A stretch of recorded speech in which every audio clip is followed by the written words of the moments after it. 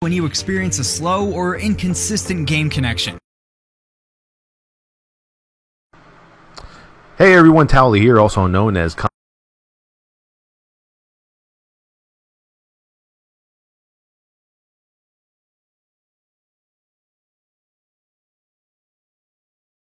screen will show kind of like a preview of what you're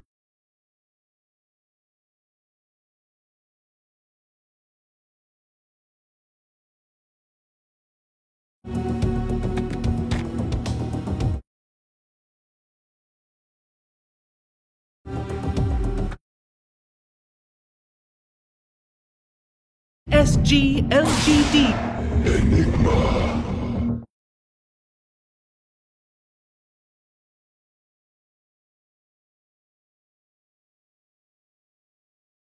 Like, man, I feel like I'm a bit more hyped than you are. We got Enigma, dude.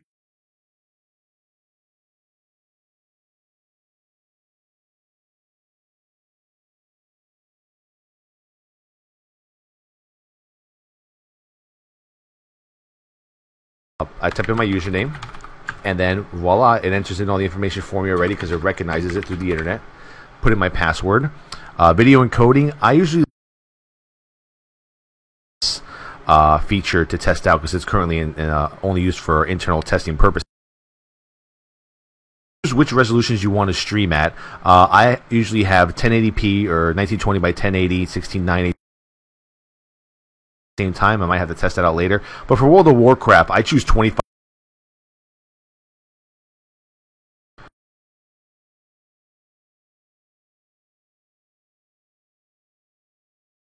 Actually, not going. Not sure why. Maybe because this USB HD capture hardware. Media device to your television. In the back of your television, you should have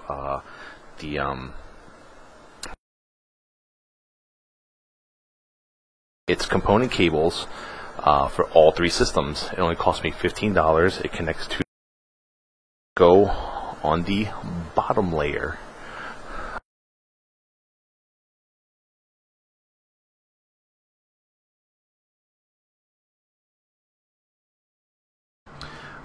And here is the actual capture module that you use. I leave all this for the default settings. 1280 hours, move around the map if your enemy coming, so they just profit. But so far.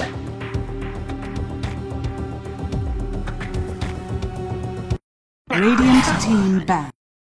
Radiant team pick. Yeah, and if you don't get caught in either the duel rates very well because of the moment of courage, you have the overwhelming odds. So offlane lone druid.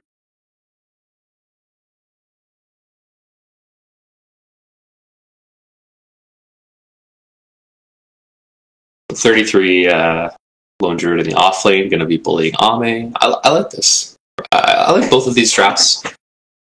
The PA gives them the burst damage that they needed against the Lifestealer, as well as the ability to just delete the supports between Saksa and PPD.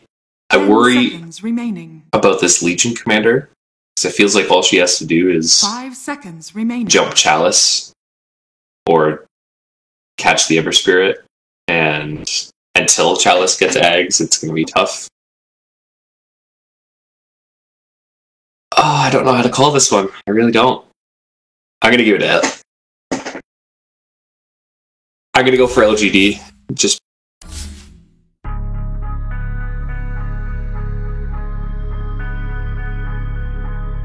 PSG LGD's turn to ban. It's going to be a problem. You're going to have the Radiant Spur and the Manta Diff. It's not a hero that you really want Troll going up against, or like that ban. I feel like most teams now picking Troll want to kind of set that better timing. You go for like the S and Y into Manta Diff, or not, sorry, S and Y into Diffusal and just kind of run at the enemy team, maybe with BKB timing on top, and just melt everything. Yeah, so really hoping this OD bans coming through still. The Bat Rider ban. Remaining. Sorry, what? But here's the problem. If you ban OD, you leave the Morphling in the pool for Ame. And they actually leave Oh. the pool. Well, they leave OD in the pool, and they ban out the Naga, which is another hero that's actually still pretty good against the Troll Warlord, because they just... Not really illusion fight to illusion fight, but it's pretty darn good. Plus, it's still song setups as well, so... Song setup, song disengage, before the BKB comes out, or even if the BKB comes out, you kite out himself just alone in the BKB, you isolate him. He pops ulti, you just pop your song real quick and just reset, wait for it to wear out, and then take a proper fight as well. It's a diffusal carrier. Diffusal carriers are one of the biggest issues that Troll faces because you don't have a big mana pool. We talked about how bad his intelligence gain is. Very, very, very small mana pool. And if you just burn his mana before he's able to ult, then you pretty much have a one fight right there.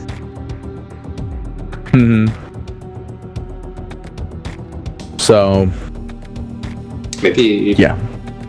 I wish PL wasn't such a garbage hero, because PL could be kind of decent here as well. Well, I saw PL in, there was PL ran in the closed qualifiers that did pretty good against the Troll, but it was like in a scenario where there wasn't really another hero that like was good at contesting the PL. It was actually just PL, basically. Yeah. It was like he was a last pick carry, kind of like, you run your last pick Broodmothers or your last pick like Meepos. Yeah. It was that last pick hero that was like, yeah, there's nothing they can really do to do this, so. Yeah, it's the perfect storm of low lockdown and low AoE damage. Oh, well, we'll just pick PL and we'll just... 5 seconds remaining. Bristleback. Yeah, I want to talk about this Bristleback pick real quick, because it's actually pretty good. It's a lane threatener. You bully the Troll a lot from range, with the, as a melee hero is difficult, right? You have the Quills that can still kind of put some pressure on him. The melee form extra armor is going to suck a little bit for Bristle, but even moving into the kind of like mid-late game, you just turn your back when Troll goes on you. And then all of a sudden he's killing it. Again, it's that Spectre idea, right? You're going to kill your team just because of all the Quills that are flying out. And you're going to have Hand of God and Divine Favor and all these ways to keep Bristleback alive so that the ult gets wasted and Troll's really sad. Earth Spirit. Ooh. Okay. All right, I like this. It's definitely... NIP definitely can play Earth Spirit. There's not too many teams that are actually good at doing the Earth Spirit anymore, but Soxa definitely NIP definitely... Yeah. That's actually a really fun hero. In this as well, the Silence is pretty good against the Bristleback, as well as just rotating in with stuns onto the Rubik and Chen. They're very susceptible to it. 5 seconds. Yeah, jumping the backlines. The maneuverability is the big thing, right? It's a hero that can swing around and kind of pincer in onto, like you said, those backlines, Rubik, Chen, get the Silence off. The Magnetize would do a bunch of AoE damage, because that was something that, again, that was kind of lacking, was that a big AoE team fight. They had some good single target with the Troll. They had really good save with the Abaddon. Now they've got some good team fight. And now they have the mixed damage types. It ended up working out for them last game because they just kind of melted the game before a lot of armor items really got built up. But like, imagine that Centaur with like AC Crimson, AC Crimson Ags, and maybe a Greaves on somebody. All of a sudden, nobody's gonna die. So now they have that mixed damage type. Well then. Better Lone Druid player. Of course, they still have room to pick the counter for Lone Druid. There's a lot of specific things they can go for. Troll's not actually the worst against Lone Druid, but still just gets rooted and feared. Actually, no. Troll's bad against Lone Druid. It just gets feared. So... But the question is, I've actually not seen this interaction before. Does fear override his ult? Because his ult says he runs directly at whatever. So does it override? I've not actually seen that interaction before. It's going to be interesting to see. I want to think because Troll's ult is it's a dispel, but it's not an immunity form. I want to think he actually just, in my mind, I want to think he just stands still. Ooh. But I doubt it. Pseudo stun, if you will. Mm-hmm.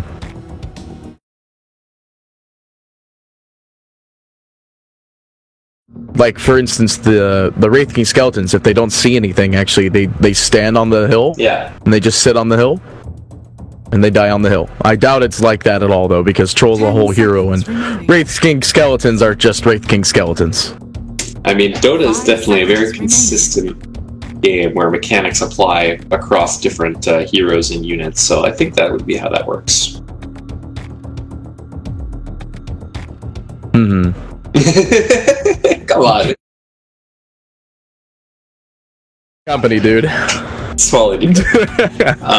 So, Monkey King getting banned, which is another one of the better heroes that's against, a better hero that's against TA, and also pretty good against Centaur. Life Stealer is still available in this pool, though. Would they run it in this scenario? It's not exactly strong. But I think this is the maybe hero, right? That's the thing. I don't remember seeing maybe really play Lone Druid. It doesn't feel like his style. You really want maybe on that like space making hero, so we'll have to see it. Yeah, there's the Ember Spirit. So there's the Ember up against the TA. Ame will be playing the Lone Druid up against the Centaur. And this is something that I like a lot better. Is okay. FY Rubik, first off. Thank you. All right. Second, this is exactly what you wanted to see. I like Ember into TA if the Ember feels more confident, right? Like two equally skilled players playing Ember TA, I would favor the TA. But if you, no disrespect to Fana, but I think mechanically laning speaking, maybe is going to have that advantage. So when you put him on that Ember Spirit, there's a lot of outplay potential, and if you shut down that TA in lane, you know, TA is a snowball hero. It's not really I'll just come back in the mid to late game. You can recover farm in stacks, but if your towers are getting pressured again by this early timing of Lone Druid like we saw in last game, but like, what's TA supposed to do once that Radiant Spare comes online at like 15 minutes like we saw 33 do last game? She's gonna die. That's what she's gonna do. She's gonna Right. It's a snowball hero. It's not really I'll just come. You left me hanging, so the answer was. Yeah, I just like to do that. Thanks. It's my favorite thing to do. I know you love it. You're that guy that doesn't respond to the high fives in client, right? You just kind of like. Oh, no! I'm the hell out of those high fives at least 100 times before the game starts. Okay. And then during your whole entire laning phase, screwing up your last hitting. And my own last hitting, of course, too. So. Well, of course. Yeah, no, it wouldn't be the same game if I didn't ruin my own last hits. Another dire smoke. This time it's going to be Ninja's Pajamas going for that warding smoke. Hmm. And does I not get look scouted like... out. Nah. No. Nova doesn't see them. The PPD might reveal pretty soon. Here he does, but just finds Nova on the side, so they get a roll in, actually. 3-3, pretty far away for the stun, though. Probably won't be able to get this kill. The regen's coming in. 12 HP regen, guys. LS Frog, please. It's real good. Super good. So the one big issue with LGD's draft that we didn't really talk about is look at their stuns. And by stuns, I mean it's Rubik Lift. That's it. They are 100% reliant on FY stealing either roll or preferably hoof stomp, and then using that in order to get a second stun. Other than that, it's the roots from Ember Spirit, roots from the Lone Druid, and a 1.2 second lift from Rubik. That is their stuns. So their initiation potential is very weak. NIP confirming 3 runes again. It's like in the previous game. They've been very good about that fall series. Well, believe it or not, those bounding runes make a pretty significant difference. They don't look like they do on the surface when it comes to the initial money that comes in from the first wave, but when you look at it, the bounding runes could make a difference in the whole entire game. Absolutely. 15-minute mark, those bounding runes are pretty huge. Over the course of the game, the team gets a 3-1 split every single time. That's if you have a 30-40 minute game, that's like a think I did the math once. It's like 3,000 net worth swing, or something crazy like that. It's a lot, and you'll see certain teams prioritize it more than others.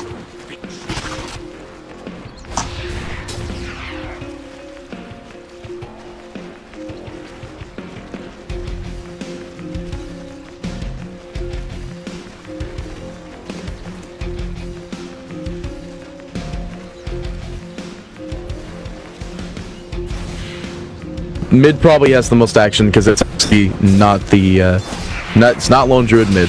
I like this mid lineup a lot better actually. I feel like Fado would be is a little bit happier with this one. He can tolerate it much easier. I think maybe he's happier with it as well. They last picked his hero this game, whereas I think the Emperor was a little earlier in the draft last time. Nova in a bit of trouble. Stun goes out by 3-3 on the lobe. Still has 6 bonus for 8 damage coming in. And they find the first blood. 3-3 actually. I think he's might be suited up into the creeps here. Nah, he'll be fine. He's actually double stout shielded, so he'd be perfectly fine. The double stout creep cutting.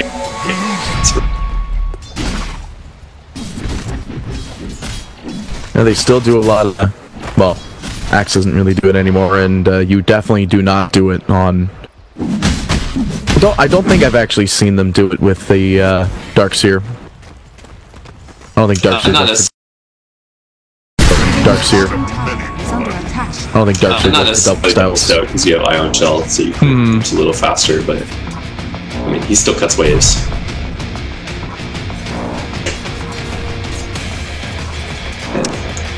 Well, it looks... Go ahead. Well, it looks like both lanes will be doing their creep cutting. Chao's taking up the top lane as well. It's basically the offlaners are going to do the offlaner jobs and be really, really annoying. So, I hate it when it comes in my game. It happens a lot, believe it or not. And I love it when I see it happen in pro games because pro players know there's actually a problem with this, but, you know, not much you can do. At least it's not Darkseer.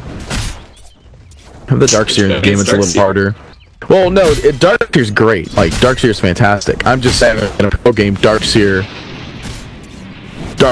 really, really good in a pro game. Because everybody knows how to actually play Darkseer. Oh, as opposed to your pubs, where it's like, maybe this guy knows how to land basketball. Yeah, well, sometimes people don't know that Bristleback can easily go choke the creep wave and take it and walk into the jungle. A lot of people don't actually know how to do creep skipping. It's fair. It's fair. So what you're telling me is that pro players are better than your random pubs. Yeah, it's almost like they practice like all day. Come on, Forbes. It's only 4 in the morning. Give me a break. Alright. Fada in a bit of trouble. Refractions up and online though. PPD coming in for the heals. That's why. PPD actually. Oh, actually, they got everything. PD reactivated on him, and well, Fada's not going to be able to get saved this time around.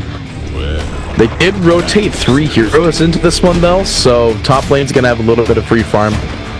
Only for the time. Chalice is actually going to get back in time for the wave. He lost 1 CS for that. He doesn't. That was a worthwhile rotation for him, honestly. Again, shut down the TA. Don't let her have a free game. Maybe going for the sweet plays, but don't know if we'll be able to make it. Are they going to get the Centaur down here? I mean, they've got 2 Chen creeps. They've got the Centaur stun as well. Actually, 3-3 just get destroyed by these creeps. Not dropping the Conqueror stun, though. Lift into the Centaur stun. Got to walk around the tree if he wants to get away, but he's being body blocked fairly well, and we'll just go down to right clicks. Oh. Nah, yeah, they get him. It was close. It was close. This is going to be Rune 2-2 split. It'll be 2-2 this time, so no one absolutely dominating in the Rune market today. Because last time it was also a 3-1 in the favor of NIP at the 10-minute mark. So still, though, LGD's actually winning in the CS department. Yeah, Ace it's doing a pretty decent job on this troll, but Ame is destroying. He's all of this like running around that's been going on, the creep cutting and everything else, you know. He's just been hitting creeps.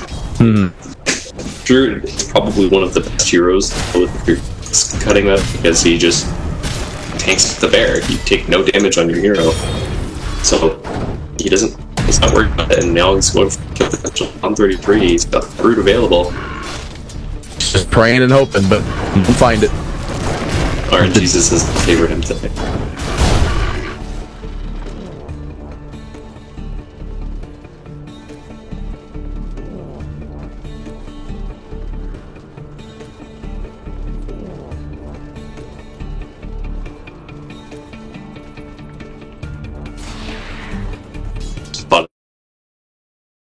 Are a little bit inflated at this point. If you take a look at net worth, slightly actually for maybe crazy. 3 heroes in the mid though. They won't try to make a jump on Fada, but they're going to turn this around immediately. As managed to push FY up to the hill. FY definitely going down here. PPD claim to kill. Center Ultimate being expended to get the confirmed kill on Fada, and Ember just trying to find somebody, but not able to find the Searing Chains. So Arcane is just disgusting. it's such good value. 24-second cooldown on your Flame Guard. You have very low cooldown on Sleight of Fist. It's not quite as bad because one. PPD that's again looking for the deny, but FY is going to fake bolt in time. Fada TPing in, that might not be great because the Arcane Rune is still active. Dire's top tower is under attack. Salve as well. They are perfectly content. LGD is perfectly content with leaving in Chalice to creep cut. Like, they know Ace is having a good start to the game, but Ame is rapidly approaching his Midas phase and the gold haste, so it's just 600 gold for the recipe now. And even though with the free farm that Ace has had, he's not going to be able to keep up with his bear. He's going a fighting build, which is good at least. He's not going for like a greedy battle fury or anything. It's still going to be a tough timing. Chalice just runs right into Fada. Ooh. Actually, it's definitely the Quill Sprays would have killed it. Actually, 2 Quill Sprays would have killed it, but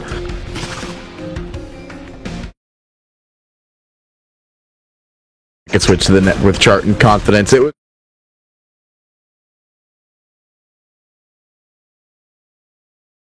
gonna go for the Midas.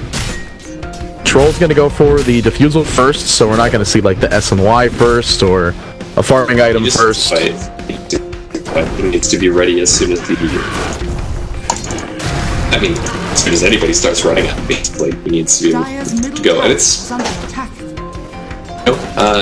LGD has some pretty mana-dependent heroes as well. It's not like they have a hero that doesn't really care. I think sometimes just like a Luna or PA, it's like, losing my mana kind of sucks, but I need it to survive. I'm still going to kill you. Whereas like Ember, Bristleback, yeah, you're going to get the Bristleback.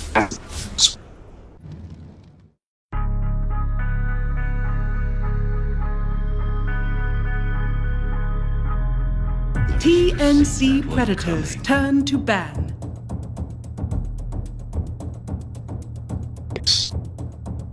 Ben Brian always comes out on top. What are they? Yeah, we'll have to see.